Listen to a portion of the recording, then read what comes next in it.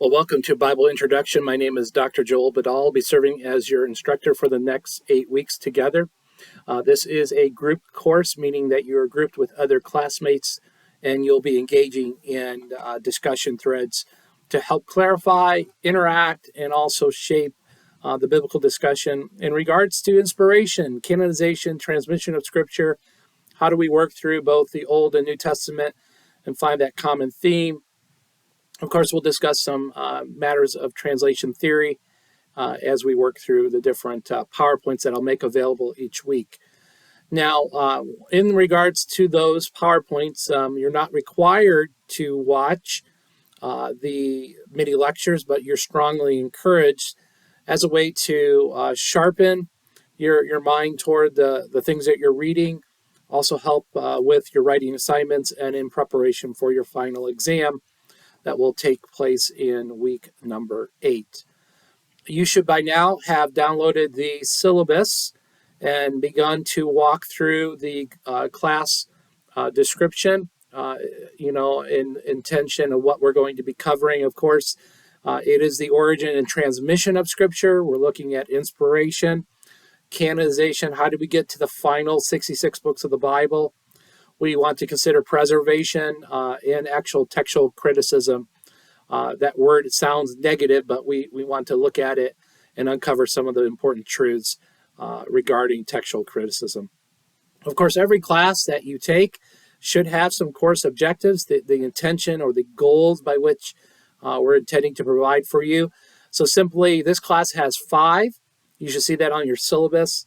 Number 1, the survey, the process of canonization. Number 2, to analyze the doctrines of inspiration, inerrancy, and illumination. Those are important theological words that shape your belief and your understanding of the Bible, of which we're studying. Of course, we'll look at number 3, compare and contrast various types of ancient modern biblical translations. Your book from Wegner will provide some of those elements, and you'll be able to see those firsthand through some of the footnotes, added graphs and tables that he provides in his thoughtful book. You'll utilize the doctrine and inspiration of illumination or inerrancy as an apologetic defense. And then lastly, number 5, you'll compose a statement expressing your viewpoint concerning the function of Scripture within the community of faith. Again, those will be you may use through, especially through the discussion threads, as a way of encouragement. Now, one primary book, as I've been noting already, Paul Wegner, The Journey from Text to Translation. You should have purchased that by now through Baker Publication 2004. There's also some other online journals and study materials that we will make available to you. Please note the grade sequences and levels, such as how much discussion boards are worth in terms of points. You have a doctoral treatment paper, and then you have that final exam worth 39 points. But notice the weighted score. So it's 35 for discussion threads. Discussion of the Bible translation and textual criticism is 15%. You have the doctoral treatment section, which is worth 30%. And then lastly, the exam is worth 20%, accounting for 359 points, weighted out of 100% tile. So that clarifies the grading schematic. There are other details in regards to how the class is set up. You'll note that as you work through the class, you'll have your weekly lessons and the assignments. You'll see in a blue hyperlink the announcements, the course documents, and your instructor feed. You can click on those various links as needed, but the way to work through your assignments is to click on the black header from week 1 all the way to week 8, and you'll be able to find those assignments and when they are due. And of course, you have week 1, starts today, ends at the conclusion on typically from Monday to Saturday, and then Sunday starts the new week. I strongly encourage you not to work over the weekends, but I know as you're distant and you may need to, and that's sufficient and fine. I will make all of the mini lectures available through the announcement page. So if you're looking for those mini lectures, they'll be found there.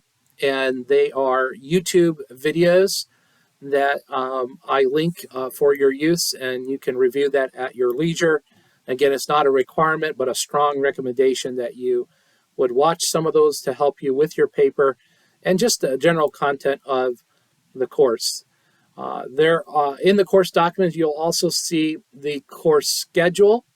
So the course schedule provides you what is happening in week one, and the assignments therein for week one, and so on. So that's another helpful document that you can download and plug into your calendar to ensure that you are working through the assignments and finishing the class. Now, there are some other uh, functions of Canvas which you may not be familiar with. There's a student resource link page or the Moody Library if you're needing help with finding resources for your projects, and that's really for any class that you take at the Institute. Well, go to the instructor link, find my content information available for video phone call or phone call by cell. I am at various social media outlets such as Facebook, LinkedIn, and Twitter. You're more than welcome to connect with me on those live platforms. Be willing to engage with you. If you would like a video conference call, schedule an appropriate time. We can make that happen at the next available slots that I have. But we're glad to work with you offline and try to help you navigate the course.